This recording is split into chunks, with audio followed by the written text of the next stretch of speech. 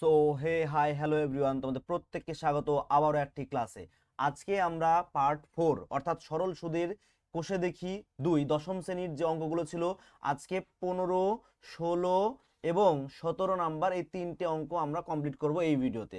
তো এর আগে পার্ট 1, পার্ট 2 এবং পার্ট 3-তে আমরা 14 নম্বর পর্যন্ত অঙ্কগুলো কমপ্লিট করেছি। যারা দেখোনি অবশ্যই ডেসক্রিপশনে দেওয়া থাকবে এবং তোমরা আই বাটনে গিয়েও দেখে নিতে পারবে। ঠিক আছে, চলো। তো প্রথমেই আমরা আসবো 15 নম্বর দাগে যে প্রশ্নটি রয়েছে সেখানে। দেখো, এইগুলো সরল সুদের অঙ্কগুলো, কিন্তু আমাদের মাথায় রাখতে হবে যে বুঝতে হবে প্রশ্ন পড়ে যে কোনটি সরল সুদের হার, কোনটি আসল এবং কত বছর এবং কোনটা কি বলেছে, সেটা যদি একবার বুঝতে পারো তাহলে তুমি অঙ্কগুলো ইজি কমপ্লিট করতে পারবে। ঠিক আছে, চলো। তো প্রশ্নটা কি বলেছিল যে একটি তাঁত সমবায় সমিতি যন্ত্রচালিত তাঁত ক্রয় করার সময় 15,000 টাকা ধার নিয়েছে। তার মানে এই 15,000 টাকা নিয়েই বিষয়। আচ্ছা, 5 বছর পর সেই ধার শোধ করতে সমিতিকে 22,125 টাকা দিতে হলো। তাহলে ব্যাংকের বার্ষিক শতকরা সুদের হার নির্ণয় করি। তাহলে সুদের হার মানে কি? R%। এই আর এর মানটা আমাকে বের করতে হবে। তাহলে আমরা লিখব, ধরি ব্যাংকের বার্ষিক শতকরা সরল সুদের হার R%। তাহলে আমরা ভাষায় লিখব, ধরি ধরি ব্যাংকের ব্যাংকের বার্ষিক শতকরা শতকরা কিসের মান? সুদের হার, তাই না? সুদের হার R%, এটা আমাদের চেয়েছে, বুঝতে পারলাম। আচ্ছা, এবার এখন আসলটা কোনটা? এই যে আসল হচ্ছে 15,000 টাকা। তাহলে লিখবো আসল আসল পি সমান সমান কত আছে? 15,000 টাকা, তাই না? 15,000 টাকা। তারপরে দেখো কি বলা আছে, সুদ আসলে শোধ করতে হবে, তাই না? সুদ আসল, সুদ যোগ আসল। তাহলে সুদ আই যোগ পি কত দেওয়া আছে? 22,125। তাহলে এখান থেকে আমরা সুদ বের করতে পারবো আসলটা বাদ দিলে।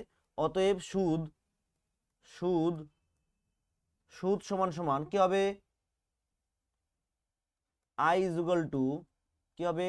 22,125 মাইনাস পি, তাই তো? তাহলে 22,125 মাইনাস পি বলতে কত? 15,000, তাই না? তাহলে বাদ দাও 15,000। 15,000 বাদ দিলে কত থাকছে? এটাকে বাদ দিলে হচ্ছে 7,125। কত? 7,125 টাকা। এইটা হচ্ছে আমাদের সুদ, বার্ষিক সুদের মানে সুদের পরিমাণ। আচ্ছা, সময় বলেছে কত? সময় বলে দেওয়া আছে, সময় টি সমান সমান 5 বছর। কত? 5 বছর। এই যে 5 বছর পর। আচ্ছা, এখন শর্তানুসারে মানে আমাদের যে সূত্র আছে সেই সূত্রটাকে আমরা কাজে লাগাবো। তাহলে দেখো, I is equal to P T R by 100। তাহলে আই এর মান কত? আই এর মান আমাদের কি বের করতে হবে? আর এর মান। তাহলে আর ইজুগাল টু আমরা লিখতে পারি 100 গুণন I divided by P T. তাহলে লেখো 100 100 গুণন আই এর মান কত? 7,125 ডিভাইডেড বাই পি এর মান কত? 15,000। তাহলে লেখো 15,000 গুণন টি এর মান কত? 5। আচ্ছা, এই 100 দুটো শূন্য আর 15,000 দুটো শূন্য কেটে দাও। দেওয়ার পরে 5 দিয়ে দেখো এটাকে কাটা যায়। 5 দিয়ে কাটলে 5 অক্ষে 5, 2 4 5 20, 1 5 2 10, 5 5 25, তাই না? আচ্ছা, এবার দেখো এটাকেও 5 দিয়ে ভাগ করতে পারবো। আচ্ছা, এটাকে যদি 5 দিয়ে ভাগ করি তাহলে 5 2 10, 14, 5 8 40, 5 5 25। আচ্ছা, এটাকে যদি 5 দিয়ে কাটি তাহলে 30, তাই তো? আচ্ছা, এটাকে আমরা কি করতে পারবো? 3 দিয়ে ভাগ করতে পারবো। দেখো 3 দিয়ে যদি, আচ্ছা 5 দিয়ে ভাগ করো। 5 দিয়ে ভাগ করলে কত হচ্ছে? 5 5 25, 5 7 35। আর এটাকে 5 দিয়ে করলে 5 6 30। আচ্ছা, তাহলে এবার দেখো 57 আর নিচে কত? 6। তাহলে 57/6। এবার 57/6 মানে কি? 57/6 মানে কি? এটাকে যদি আমি আরো 3 দিয়ে, 3 17 51, তাই না? এটাকে তোমরা করবে, কাটাকাটি করবে। এটাকে যদি কাটাকাটি করো তাহলে দেখো 6 আছে আর উপরে কত? 7 আর 5, 7 5 12, 3 দিয়ে ভাগ যায়। তাহলে 3 দিয়ে ভাগ করলে 2 আর 3 দিয়ে ভাগ করলে এবারে 3 অক্ষে 3, হ্যাঁ 3×9 = 19, তাহলে কত হচ্ছে 19/2। আর 19/2 কি লেখা যায়? 19/2 লেখা যায় 9/1/2%। তাহলে আর এর মান কত হবে? আর এর মান কত হবে? আর এর মান হবে 19/2 বা 9/1/2%। বুঝতে পারলাম? তাহলে আমাদের বার্ষিক ব্যাংকের বার্ষিক শতকরা সুদের হার কত হবে? এই যেটা। তাহলে উত্তর লিখবো আমরা। উত্তর লিখবো কি লিখবো? অতএব ব্যাংকের বার্ষিক কি লিখবো? ব্যাংকের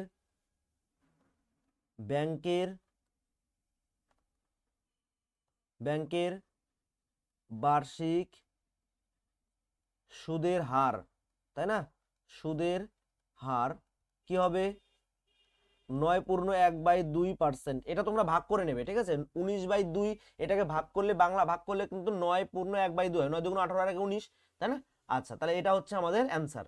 চলো এরপরের প্রশ্ন আছে 16 নম্বর প্রশ্ন। কি বলেছে দেখো প্রশ্নটা। আসাল্লামা চাচা কর্মক্ষেত্র থেকে অবসর নেওয়ার সময় 1,00,000 টাকা পেলেন। ওই টাকার কিছুটা ব্যাংকে এবং বাকিটা পোস্ট অফিসে জমা রাখলেন। প্রতি বছর সুদ বাবদ তিনি 5,400 টাকা পান। তাহলে প্রতি বছর সুদ বাবদ, তাই না? আচ্ছা, ব্যাংকের ও পোস্ট অফিসের বার্ষিক সরল সুদের হার যথাক্রমে 5% এবং 6%। তবে তিনি কোথায় কত টাকা জমা রেখেছিলেন তা হিসাব করে লিখি। তাহলে দেখো এই অঙ্কটা আমরা কিভাবে করব? আমরা এই অঙ্কটা করব, ধরি তিনি ব্যাংকে জমা রাখেন। তাহলে লিখব ধরি তিনি ব্যাংকে জমা রাখেন এক্স টাকা। কয় টাকা? এক্স টাকা। আচ্ছা, তিনি কর্মক্ষেত্র থেকে যে টাকা পেয়েছিলেন যে 1,00,000 টাকা, তাহলে এই 1,00,000 টাকার মধ্যেই এক্স টাকা ব্যাংকে জমা রাখেন। তাহলে আমি বলতে পারি অতএব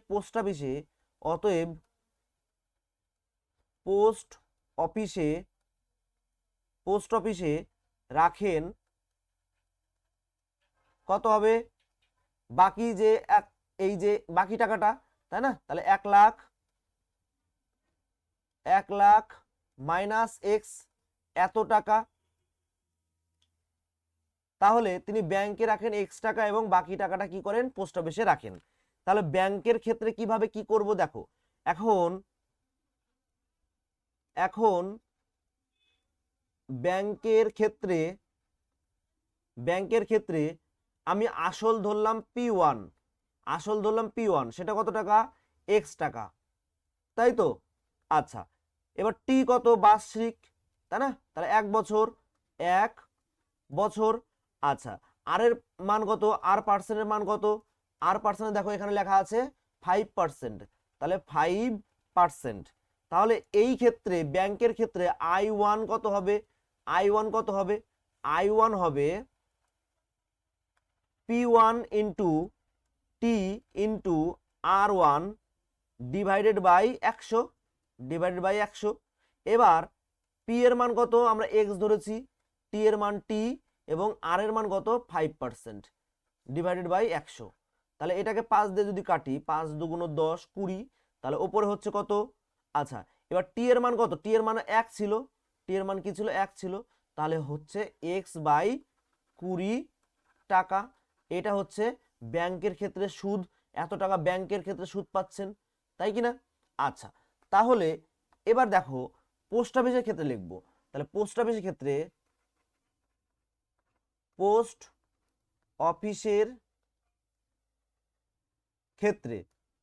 ক্ষেত্রে আমরা P2 ধরবো।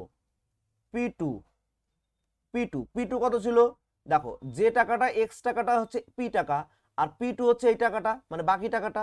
তাহলে লিখবো 1,00,000 মাইনাস এক্স। এই টাকাটা কি কোথায় রাখে? পোস্ট অফিসে। এই টাকাটা পোস্ট অফিসে রাখে। আচ্ছা, তাহলে এই ক্ষেত্রেও কিন্তু সময় কত? সময় হচ্ছে 1 বছর। কয় বছর? 1 বছর। আর এর ক্ষেত্রে আর এর মান কত? আর এর মান দেওয়া আছে কত? 6%। কত পার্সেন্ট? 6%। তাহলে দেখো এখানে কত দেওয়া আছে? 6%। তাহলে আমার এখানে বের করতে হবে কি I2, তাই না? পোস্ট অফিসের সুদ বের করতে হবে। তো সুদের মান হচ্ছে P2 ইন্টু টি ইন্টু কত হবে R2 ডিভাইডেড বাই 100। এবার P2 মান আমরা কত লিখেছি? 1 লাখ, কত লিখেছি? 1 লাখ মাইনাস এক্স ইন্টু 1 বছর, আর আর এর মান হচ্ছে 6% ডিভাইডেড বাই 100। এবার দেখো এটাকে যদি আমরা গুণ করে দেই, তাহলে গুণ করলে হচ্ছে কত? 6 লাখ, তাই না? 6 লাখ কত হবে? 6 লাখ 100 তারপর 3টা শূন্য, মানে 600 তারপর 3টা শূন্য। আচ্ছা, তারপরে মাইনাস 6x কত হবে? 6x 6 দিয়ে গুণ করে দিচ্ছি, তাই না? আচ্ছা, ডিভাইডেড বাই 100, ডিভাইডেড বাই 100। এই টাকাটা কিন্তু তিনি পাচ্ছেন কোত্থেকে? সুদ পোস্ট অফিস থেকে। কোত্থেকে? পোস্ট অফিস থেকে কিন্তু এই টাকাটা সুদ পাচ্ছেন। ঠিক আছে? আচ্ছা, এবার প্রশ্নের দিকে তাকাও। প্রশ্নের দিকে কি বলেছিল? যে তিনি প্রতি বছর পোস্ট অফিস এবং ব্যাংক থেকে সুদ বাবদ কত টাকা পান? এই যে 5400 টাকা পাচ্ছেন। তার মানে ব্যাংকের এই যে সুদ এবং পোস্ট অফিসের এই যে সুদ, এই দুটোর যোগফল হবে 5400। তাহলে অতএব প্রশ্ন মতে কি ছিল? x/20, তাই না? তাহলে লিখবো x/20 প্লাস এখানে 6 লাখ, তাই না? 600-র পর 3টা শূন্য, minus 6x divided by 100 is equal to কত ছিল? 5400। তাহলে 5400 লিখে দিলাম। এবার আমরা লসাগু করব। লসাগু করলে কত হচ্ছে? দেখো এটা লসাগু করলে তোমার দাঁড়াবে হচ্ছে 100, তাই না? 20 এবং 100 লসাগু করলে 100 হয়। আচ্ছা, 20 দিয়ে যদি এটাকে কাটি তাহলে কত হচ্ছে? 5। 5 দিয়ে x গুণ করলে 5x মাইনাস এটা কি হবে? প্লাস এটা কি হবে? যা আছে তাই হবে, মাইনাস 6x। বুঝতে পারলাম? এবার 5400। এবার দেখো আমরা কি করব? 6x থেকে 5xটা বাদ দেব। তাহলে 6x থেকে 5x বাদ দিলে আমাদের কি দাঁড়াবে? আমাদের দাঁড়াবে এরকম যে 6 lakh minus x is equal two কোনাকুনি গুণ করে দিলাম, নিচেরটার সাথে এটা গুণ করে দেবো, তাহলে হবে 5400 তারপরে 100, দুটো শূন্য, তাই না? আচ্ছা, এবার দেখো এক্সটাকে আমরা এই পাশ থেকে এই পাশে নিয়ে যাবো, আর এই 5400টাকে এই পাশ থেকে এই পাশে নিয়ে আসবো। তাহলে 6 লাখ মাইনাস 5,40,000, তাই না? 5,40,000 মাইনাস সমান সমান এই এক্সটা এই পাশে চলে আসলে প্লাস হয়ে গেল। তাহলে এটার বিয়োগ করলে কত হচ্ছে? এটা বিয়োগ করলে হচ্ছে তোমার 60,000। কত হচ্ছে? 60,000। 60,000। তাহলে এক্স এর মান কত? 60,000। তাহলে তিনি ব্যাংকে কত টাকা রেখেছেন? 60,000 টাকা। তাহলে বাকি, অতএব ব্যাংকে রাখেন কত টাকা? এই যে এক্স ইজ ইকুয়াল টু কি? P1। X is equal two কি? P1। তাহলে x is equal two P1। তাহলে আমি লিখবো 60,000 টাকা। এই টাকাটা কোথায় রাখেন? ব্যাংকে। আর পোস্ট অফিসে কত রাখেন? অতএব পোস্ট অফিসে রাখেন কত টাকা? P2। P2 মানে কত? 1 লাখ মাইনাস এই 60,000, তাই তো? তাহলে 1 লাখ থেকে 60,000 বাদ দিলে কত হচ্ছে? 40,000। এত টাকা, এটা আমাদের অ্যান্সার। বুঝতে পারলাম? চলো লাস্ট প্রশ্ন, আমাদের এই ভিডিওর লাস্ট প্রশ্ন, 17 নম্বর প্রশ্ন। এটিও কিন্তু সেম ভাবে করতে হবে। কি বলেছে? রেখাদি তার সঞ্চিত অর্থের একক, দশক, শতক, হাজার, অযুত, তাহলে কত হচ্ছে? 10,000 টাকার দুটি আলাদা ব্যাংকে ভাগ করে রাখেন। এই ক্ষেত্রে কিন্তু ব্যাংক কি? দুটাই ব্যাংক, এবং একই সময়ে জমা দেন। একটি ব্যাংকের বার্ষিক সরল সুদের হার কত? 6%, এবং অপরটিতে কত? 7%। তাহলে একটা R1 ধরবো, একটা R2 ধরবো। 2 বছর, এখানে সময় কত? 2 বছর। 2 বছর পর তিনি সুদ বাবদ, অর্থাৎ দুটি ব্যাংকের সুদ কত পাচ্ছে? 1280 টাকা। ঠিক আছে, তাহলে তিনি কোন ব্যাংকে কত টাকা জমা রেখেছেন হিসাব করি। তাহলে আমরা লিখবো ধরি প্রথম ব্যাংকে, ধরি রেখাদিদি প্রথম ব্যাংকে এক্স টাকা, কয় টাকা, এক্স টাকা জমা রাখেন এবং দ্বিতীয় ব্যাংকে কত টাকার মধ্যে, টোটাল ছিল তার 10,000 টাকা, তাহলে 10,000 মাইনাস এক্স এত টাকা জমা রাখেন। তাহলে দেখো এবার আমরা কি করব, প্রথম ব্যাংকের ক্ষেত্রে বের করব, তাই না, আগের অঙ্কের মতোই কিন্তু। তাহলে প্রথম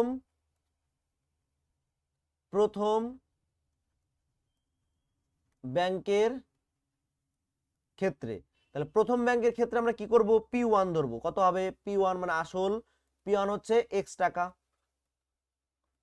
টাকা। এবার প্রথম ব্যাংকের ক্ষেত্রে সময় কত বলেছে, সময় হচ্ছে 2 বছর। আর কি দেওয়া আছে, আর এর মান দেওয়া আছে, তাহলে R1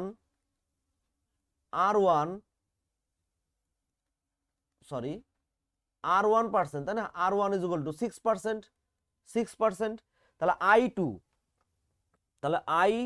I1ই হবে, তাই না, I1 হবে P1 into T1 into R1 divided by 100। এবার P এর মান কত, X, T এর মান কত 2, R এর মান কত 6, আর নিচে হচ্ছে 100। তাহলে এবার দেখো 6 দুগুণে কত হচ্ছে 12, 6 দুগুণে কত হচ্ছে 12, তাহলে 12x ডিভাইডেড বাই 100। এটা হচ্ছে প্রথম ব্যাংকের সুদ এত টাকা। আচ্ছা, দ্বিতীয় ব্যাংকে কি হবে, আমরা লিখব দ্বিতীয়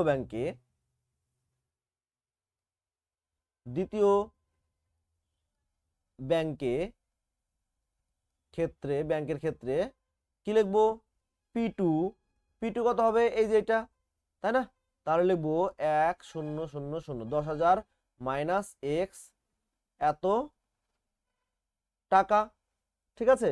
আচ্ছা, তাহলে এখানে আমরা কিভাবে কি করব, P2 পেলাম, কি বের করব, সময় কত দেওয়া আছে, সময় হচ্ছে 2 বছর, কত 2 বছর, তাহলে সময় যদি 2 বছর হয় আমরা লিখে দেব 2 বছর। আর কি দেওয়া আছে, আর দেওয়া আছে R2, তাই না, R2 কত আছে 7%, কত আছে 7%, ঠিক আছে। আচ্ছা, তাহলে এবার আমাদের এখান থেকে কি বের করতে হবে, আমাদের এখান থেকে বের করতে হবে I2, কত হবে I2, তাহলে আমরা লিখবো I2 এর মান আমরা বের করব P2 into T2 into R2 divided by 100। তাহলে এখানে তোমরা মানে P এর মান বসাও, P এর মান কত আছে 10,000 মাইনাস এক্স, তাই না। আচ্ছা, ইন্টু টি এর মান কত আছে 2 বছর ইন্টু 7 ডিভাইডেড বাই 100। তাহলে এই ক্ষেত্রে আমরা কি করব, আমরা গুণ করে দেবো, 7 দুগুণ কত হয় 14, এই 14 দিয়ে আমরা 10,000কে গুণ করে দেবো, তো কত হবে, তাহলে 14, তারপরে 10,000-এর পরে যতগুলো শূন্য ছিল ততগুলো লিখবো, তাই না, 1 2 3 4টা শূন্য, তাহলে 4টা শূন্য বসিয়ে দাও, মাইনাস 14x, আর নিচে হবে 100, নিচে কত হবে 100। তাহলে এটা কি পেলাম, এটা হচ্ছে I2 পেলাম, কি পেলাম I2 পেলাম, তাহলে এই টাকাটা হচ্ছে I2। এবার প্রশ্নে বলে দেওয়া আছে যে তিনি বার্ষিক তিনি যদি সুদ বাবদ মোট এত টাকা পান, কত টাকা 1280 টাকা, তাহলে I1 যোগ I2 প্রশ্ন মতে ইজ ইকুয়াল টু 1280, তাই কি না। তাহলে আমরা কি করব, আমরা করব অতএব প্রশ্ন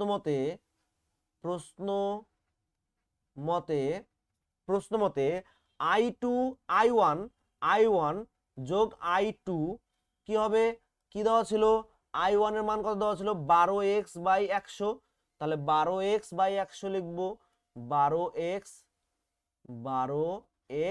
ডিভাইডেড বাই 100 যোগ I1 কত আছে, I2 কত আছে, এই যে 14, তার মানে একক দশক শতক হাজার অযুত লক্ষ 1,40,000, তাই না, 1,40,000 মাইনাস 14x, তাহলে লিখবো কি লিখবো 1,40,000 মানে 14 তারপরে 4টা শূন্য, একক দশক শতক হাজার অযুত লক্ষ, 1,40,000 কি আছে মাইনাস 14, কত আছে মাইনাস 14x, তাহলে মাইনাস 14x ডিভাইডেড বাই 100 সমান সমান কত হবে, সমান সমান হবে 1280 টাকা। কত হবে 1280 টাকা, তাহলে লিখবো 1280।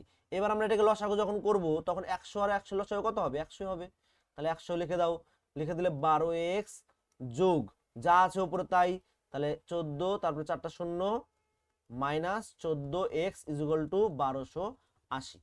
এবার দেখো 12x থেকে 14x যদি বাদ দিই তাহলে কয়টা x থাকবে, দুটো x থাকবে কিন্তু মাইনাস থাকবে, তাই না, তাহলে 1,40,000 minus 2x is equal two এই নিচের 100 সাথে এটা গুণ করে দেবো, তাহলে কত হবে 1 2 8 0 00, তাহলে একক দশক শতক হাজার অযুত লক্ষ 1,28,000 কোথা থেকে বিয়োগ করব 1,40,000 থেকে, তাই না, আর 2x টা কি কি করব এই দিকে নিয়ে যাব, বুঝতে পারলাম, তাহলে 1,40,000 মাইনাস 1,28,000, তাই না, একক দশক শতক হাজার অযুত লক্ষ।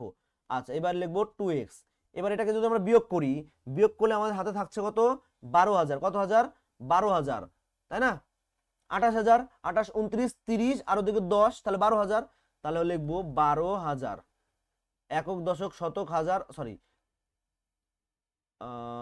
12,000, তাই না, একক দশক শতক হাজার অযুত, তাই না, একক দশক শতক হাজার অযুত 12,000, 12,000 ইজ ইকুয়াল টু 2x, তাহলে এই 2টাকে কি করবো এদিকে নিয়ে যাব, তাহলে আমরা লিখবো লাইনটা পরের লাইন কি লিখবো, অতএব অতএব x is equal to 12,000 divided by 2 কাটলে কত 6,000, তাই না, তাহলে x এর মান কত, x এর মান 6,000 টাকা। x ইজ ইকুয়াল টু কি ছিল, x ইজ ইকুয়াল টু ছিল প্রথম ব্যাংকের আসল, প্রথম ব্যাংকে জমা রাখার টাকা মানে টাকার পরিমাণ, জমা রাখা টাকার পরিমাণ, তাই না, প্রথম ব্যাংকে, তাহলে কোন ব্যাংকে কত রেখেছে সেটা বিয়োগ করব কোথা থেকে, এই যে 10,000 ছিল এই 10,000 এর মধ্যে 6,000 যদি বিয়োগ করি কত থাকবে 4,000, তাহলে প্রথম ব্যাংকে রেখেছে কত টাকা, তাহলে অতএব লিখবো অতএব লিখবো অতএব প্রথম ব্যাংকে অতএব প্রথম ব্যাংকে টাকা রাখে কত টাকা 6,000 টাকা, আর দ্বিতীয় ব্যাংকে অতএব দ্বিতীয় ব্যাংকে টাকা রাখে কত, টোটাল কত টাকা ছিল তার হাতে 10,000 এর মধ্যে 6,000 টাকা তো প্রথম ব্যাংকে রাখা হয়েছে, তাহলে বিয়োগ করলে কত হচ্ছে 4,000 টাকা, এটাই ছিল আমাদের অ্যান্সার, বুঝতে পারলাম। তাহলে আজকের মতন এই পর্যন্তই, আগামী ভিডিওতে আমরা আগামী ক্লাসটিতে আমরা এর পরের দাগের থেকে অঙ্কগুলো কমপ্লিট করব, মানে 18 19 20, ঠিক আছে, চলো দেখা হচ্ছে পরের ক্লাসে। এবং যারা আগের ক্লাসগুলো করনি অবশ্যই আগের ক্লাসগুলো অবশ্যই প্লেলিস্ট থেকে এবং ডেসক্রিপশনে অবশ্যই দেওয়া থাকবে, সেখান থেকে অন্তত করে নেবে, ঠিক আছে, থ্যাংক ইউ সো মাচ।